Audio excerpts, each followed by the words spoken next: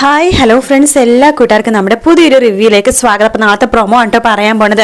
അങ്ങനെ പ്രകാശിൻ്റെ അടുത്ത് രാഹുൽ വരുന്നുണ്ട്, പറയുന്നുണ്ട്, എടാ പ്രകാശ, നീ എൻ്റെ മകളെ പറഞ്ഞ് തിരുത്താതെ നിന്റെ മക്കളെയും മരുമക്കളെയൊക്കെ ഇല്ലാതാക്കാൻ നോക്കട. എങ്കിലും നിന്റെ മോനെ ജയിലിൽ കിടക്കുന്ന കാരണം നിന്റെ മകൾ കല്യാണിയാണ്, ആ കാർത്തികയാണ്, അവരില്ലാതാക്കാൻ നോക്ക്. നിന്റെ മകനെതിരെ നീ വേണം പോരാടാനായിട്ട് എന്നൊക്കെ പറയാട്ടെ. ആ സമയത്ത് പ്രകാശം വേണ്ട, ഇല്ലടാ രാഹുൽ, എന്നെ ഒരിക്കലും അങ്ങനെ ചെയ്യില്ല. എൻ്റെ മകനാണ് തെറ്റുകാരൻ, അവൻ ജയിലിൽ കിടക്കണമെന്ന് തന്നെയാണ്. പക്ഷെ എൻ്റെ മക്കളെയും മരുമക്കളെയും ഞാൻ ബുദ്ധിമുട്ടിപ്പിക്കില്ല.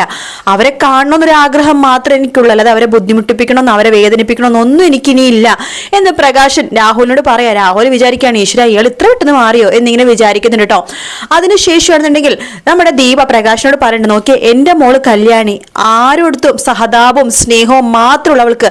അവളോട് ആരെങ്കിലും ദ്രോഹം ചെയ്താൽ പോലും അവരോട് പോലും നല്ല രീതിയിൽ എൻ്റെ മോള് സംസാരിക്കാറുള്ളൂ. ആദ്യമായിട്ട് അവൾ ഇത്രമാത്രം ഒരാളെ വെറുക്കുന്നത് ഞാൻ കാണുന്നത് അത് നിങ്ങളെയാണ്. അവളുടെ വെറുപ്പ് ഒരിക്കലും മാറുമെന്ന് എനിക്ക് തോന്നുന്നില്ല എന്നൊക്കെ ദീപ പ്രകാശിന്റെ മുഖത്ത് നോക്കി പറയുന്നുണ്ട്. രാത്രിയായിട്ടും കല്യാണിനെ കാണാൻ പറ്റുന്നില്ല. കല്യാണിന്റെ മോനെ പ്രകാശൻ ഇതുവരെ ശരിക്കും കണ്ടിട്ട് പോലുമില്ല. അതുകൊണ്ട് തന്നെ രാത്രി എല്ലാവരും ഉറങ്ങി കഴിയുമ്പോഴേക്കും പ്രകാശൻ കല്യാണിന്റെ കിരണിന്റെ വീട്ടിലേക്ക് വരും കേട്ടോ. എന്തായാലും അത് കല്യാണിയും കിരണും കാണും, വലിയ പ്രശ്നമാവുന്ന കാര്യത്തിൽ ഒരു സംശയമില്ല. വീഡിയോ ഇഷ്ടപ്പെടുകയാണെങ്കിൽ ലൈക്ക് ചെയ്യാനും സബ്സ്ക്രൈബ് ചെയ്യാനും കമന്റ് ചെയ്യാനും മറക്കല്ലേ. മറ്റൊരു വീഡിയോ കാണാം friends. Take care, bye bye.